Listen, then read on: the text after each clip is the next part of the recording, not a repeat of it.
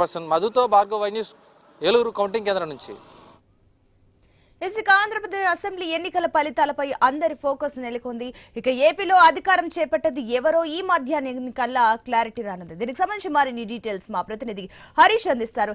హరీష్, దీనికి సంబంధించిన డీటెయిల్స్ అంటే గతంతో పోలిస్తే ఈసారి ప్రత్యేకంగా ఏమైనా జాగ్రత్తలు తీసుకున్నారా? దీనికి సంబంధించిన డీటెయిల్స్.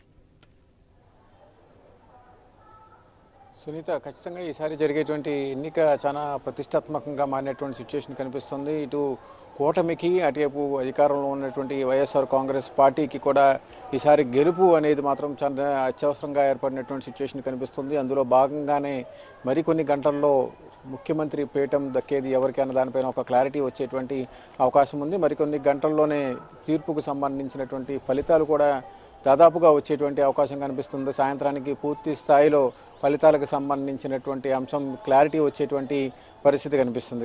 మరి ఉదయం 8 గంటల నుంచి కూడా సర్వీస్ ఓట్లతో పాటుగా అదేవిధంగా పోస్టల్ బ్యాలెట్లకు సంబంధించినటువంటి ఓటింగ్ ఏదైతే ఉందో ఆ ఓటింగ్కి సంబంధించినటువంటి కౌంటింగ్కి సంబంధించినటువంటి ప్రక్రియ స్టార్ట్ అవుతుంది. ఎట్టి పరిస్థితుల్లోనూ 9కి అంటే ఉదయం 9 గంటల నుంచి ఈవీఎం లెక్కింపులకు సంబంధించినటువంటి ప్రక్రియ స్టార్ట్ చేయాలని చెప్పి ఎన్నికల సంఘం ఇప్పటికే అధికార యంత్రాంగానికి ఆదేశాలు జారీ చేసింది. ఇందుకు తగిన ఏర్పాట్లు చేసినటువంటి సిచ్యువేషన్ కనిపిస్తుంది. కౌంటింగ్ కేంద్రాల్లోకి ఎట్టి పరిస్థితుల్లోనే ఎవరిని కూడా అనుమతించేటువంటి అవకాశం లేదు. కౌంటింగ్ ఏజెంట్లు, అధికారులు ఎవరైతే ఉంటారో వాళ్ళను మాత్రమే కౌంటింగ్ కేంద్రాల్లోకి అనుమతిస్తున్నారు. పాసులు ఉన్నటువంటి వారికే అనుమతిస్తున్నారు. కౌంటింగ్ కేంద్రాల పరిసర ప్రాంతాల్లో 2 కిలోమీటర్ల వరకు కూడా రెడ్ జోన్గా ప్రకటించినటువంటి సిచ్యువేషన్ ఉంది. ఎందుకంటే ఇటీవల జరిగినటువంటి సంఘటనలకు సంబంధించి పోలింగ్ జరిగిన తర్వాత నుంచి వచ్చినటువంటి అల్లర్లకు సంబంధించినటువంటి అంశాలు రాష్ట్ర వ్యాప్తంగా సంచలనంగా మారాయి. అధికారులపైన కూడా, జిల్లా కలెక్టర్లు, ఎస్పీలపైన కూడా చర్యలు తీసుకున్నటువంటి సిచ్యువేషన్. సో ఈ నేపథ్యంలో ఈరోజు జరిగేటువంటి కౌంటింగ్ ప్రక్రియకు సంబంధించినటువంటి అంశం చాలా హీట్ డ్రా చేసినటువంటి సిచ్యువేషన్ కనిపిస్తుంది. రాజకీయంగా కూడా భారీ ఎత్తున ఉత్కంఠమైనటువంటి వాతావరణానికి కారణమైంది.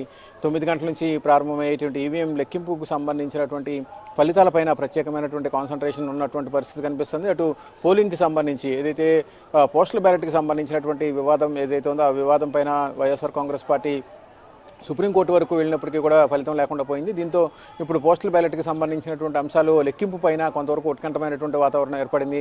అక్కడ ఉన్నటువంటి ఏజెంట్స్, వైఎస్ఆర్ కాంగ్రెస్ పార్టీకి సంబంధించినటువంటి ఏజెంట్స్ పోలింగ్కి సంబంధించినటువంటి కౌంటింగ్ బూతుల్లో ఏదైతే పోస్టల్ బ్యాలెట్కి సంబంధించినటువంటి అంశం ఉందో ఆ అంశాలపైన ఎలాంటి అభ్యంతరాలు రేజ్ చేస్తారన్నది కూడా ఒక రకంగా ఆసక్తికరంగా మారింది. అదే టైంలో చూసుకున్నట్లయితే అటు చంద్రబాబు నాయుడు కూటమి నేతలకు కానివ్వండి, మరోపక్క అటు జగన్ కూడా తమ కార్యకర్తలకు కానివ్వండి అందరికీ కూడా ఒక రకంగా దిశానిర్దేశం చేస్తున్నారు. ఆయా పార్టీలు కూడా చాలా ఫోకస్డ్ గా ఉన్నాయని చెప్పొచ్చు. ఎందుకంటే అక్కడ కౌంటింగ్ కేంద్రాల వద్ద వారు కూడా దగ్గరుండి పర్యవేక్షించాల్సిన పరిస్థితి కనిపిస్తుంది. సో వారికి సంబంధించి అధికారులు ఎలాంటి ఏర్పాట్లు చేశారు? కౌంటింగ్ ప్రక్రియ పైన ఇరు పార్టీలకు సంబంధించినటువంటి నాయకత్వం ప్రత్యేకమైనటువంటి ఫోకస్ పెట్టింది. ఇప్పుడే కూటమికి సంబంధించినటువంటి పార్టీలు ఏవైతే ఉన్నాయో ఆ పార్టీలకు సంబంధించినటువంటి సీనియర్ నేతలు కూడా టెలికాన్ఫరెన్స్ నిర్వహించారు, వీడియో కాన్ఫరెన్స్లు కూడా నిర్వహించారు. ఏదైతే కౌంటింగ్కి సంబంధించినటువంటి ప్రక్రియ జరిగేటువంటి స్టార్ట్ అయిన తర్వాత ఈవీఎంకి సంబంధించినటువంటి మెషిన్స్లో ఏవైతే ఓట్లు పోలేయో వాటికి సంబంధించినటువంటి పూర్తి డీటెయిల్స్ వచ్చేటువంటి అవకాశం ఉంది. ఆ తర్వాత ఈవీఎంకి సంబంధించినటువంటి సాంకేతిక లోపాలు ఏవైనా ఉన్నా కూడా వాటిని ఎలా రెక్టిఫై చేసుకోవాలి, ఎన్నికల సంఘం అందుకు చేసినటువంటి ఏర్పాట్లు కూడా ఇప్పటికే స్పష్టం చేసినటువంటి పరిస్థితి కనిపిస్తుంది. ఎందుకంటే ఎన్నికల సంఘం వైపు నుంచి కానీ సాంకేతికంగా కానీ ఎటువంటి ఇబ్బంది లేకుండా, ఎటువంటి అభ్యంతరం లేకుండా ప్రత్యేకమైనటువంటి దృష్టి సారించినటువంటి నేపథ్యంలో అటు పోస్టల్ బ్యాలెట్ల పైన ఉన్నటువంటి వివాదానికి కూడా కేంద్ర ఎన్నికల సంఘం కూడా స్వయంగా క్లారిటీ ఇచ్చినటువంటి సిచ్యువేషన్ కనిపిస్తుంది. సో ఇప్పుడు వైఎస్ఆర్ కాంగ్రెస్ పార్టీ అదేవిధంగా కూటమికి సంబంధించినటువంటి నాయకత్వం ఏదైతే ఉందో ఆ నాయకత్వం పూర్తిగా కౌంటింగ్కి సంబంధించినటువంటి అంశాలపైన ప్రత్యేకమైనటువంటి దృష్టి సారించారు. ఆ తర్వాత జరిగేటువంటి కౌంటింగ్కి సంబంధించినటువంటి అంశాలకు సంబంధించినటువంటి వ్యవహారంలో ఎట్టి పరిస్థితుల్లోనూ ఎలాంటి ఘర్షణ జరిగినా, ఎలాంటి ఉద్రిక్తమైనటువంటి వాతావరణాలకు కారకులైనప్పటికీ వారిని మాత్రం ఉపేక్షించి లేదని చెప్పి ఎన్నికల సంఘం ఇప్పటికే స్పష్టం చేసినటువంటి సిచ్యువేషన్. ఎందుకంటే ఎన్నికలకు సంబంధించినంత వరకు కూడా శాంతి భద్రతలకు సంబంధించినటువంటి అంశం ఇప్పటికే రాష్ట్రంలో చాలా కీలకంగా మారింది.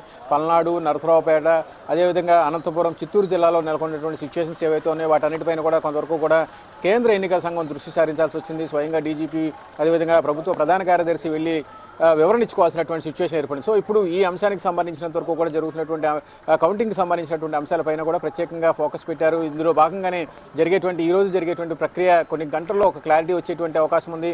9 గంటలకి ఎట్టి పరిస్థితుల్లోనూ పోలైనటువంటి ఓట్లకు సంబంధించినటువంటి ఈవీఎంకి సంబంధించినటువంటి ఓట్ల లెక్కింపు స్టార్ట్ అయ్యేటువంటి సిచ్యువేషన్ ఉంది. ఆ తర్వాత నుంచి కూడా వడివడిగా వెంటనే కూడా ఎన్నికలకు సంబంధించినటువంటి ఫలితాలు వచ్చేటువంటి అవకాశం ఉంది.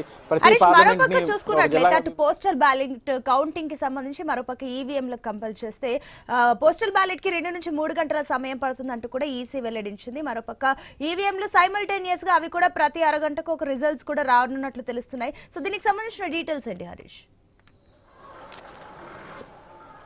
ఖచ్చితంగా ఈవీఎం మిషన్స్కి సంబంధించినంత వరకు కూడా ఓటింగ్ ఏదైతే పోల్ అయిందో ఆ పోల్ అయినటువంటి ఓట్లకు సంబంధించినంత వరకు కూడా ఫైనల్ రిజల్ట్కి సంబంధించినటువంటి బటన్ ఉంటుంది. ఆ బటన్ నొక్కిన తర్వాత ఏ పార్టీకి సంబంధించి ఎన్ని ఓట్లు పోల్ అయ్యాయి, అభ్యర్థికి సంబంధించినటువంటి ఫోటో కూడా పక్కనే ఉంటుంది కాబట్టి, గుర్తు కూడా ఉంటుంది కాబట్టి దానికి సంబంధించినటువంటి పూర్తి వివరాలన్నీ కూడా ఒకేసారి ఆ ఈవీఎంలో బయటకు వచ్చేటువంటి అవకాశం ఉంది. దాదాపుగా 2 నుంచి 3 గంటల వరకు కూడా, ఎందుకంటే నియోజకవర్గాల వారీగా టేబుల్స్ వారీగా ఏర్పాటు చేసినటువంటి ఈవీఎం మిషన్స్ కౌంటింగ్కి సంబంధించినటువంటి ఏర్పాట్లు ఏవైతే ఉన్నాయో అవన్నీ కూడా ప్రత్యేకంగా దృష్టి సారించారు.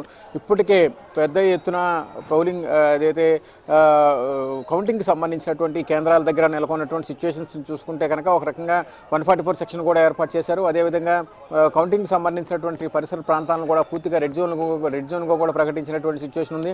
ఎట్టి పరిస్థితుల్లోనూ ఎలాంటి అవాంఛనీయమైనటువంటి ఘటనలు జరగకూడదనేది కేంద్ర ఎన్నికల సంఘం నుంచి వచ్చినటువంటి ఆదేశాలు. రాష్ట్ర ఎన్నికల సంఘం కూడా ఇప్పటికే డీజీపీతో ఉన్నత స్థాయి సమీక్ష కూడా నిర్వహించారు. ఇందుకు సంబంధించినటువంటి భద్రతా బందోబస్తుకు సంబంధించి ఇప్పటికే ఆయా కౌంటింగ్ కేంద్రాల వద్ద బందోబస్తు ఏర్పాట్లు కూడా చేసినటువంటి సిచ్యువేషన్ ఉంది. మొత్తం మీద చూసుకుంటే కనుక ఈ రోజు మరికొన్ని గంటల్లోనే ఈ అంశానిపైన ఒక క్లారిటీ వచ్చేటువంటి అవకాశం ఉంది. విజేతలు ఎవరు అనేది కూడా ఒక స్పష్టమైనటువంటి మెజారిటీతో ఫలితాలు వెలువడేటువంటి అవకాశం ఉంది. సునీత.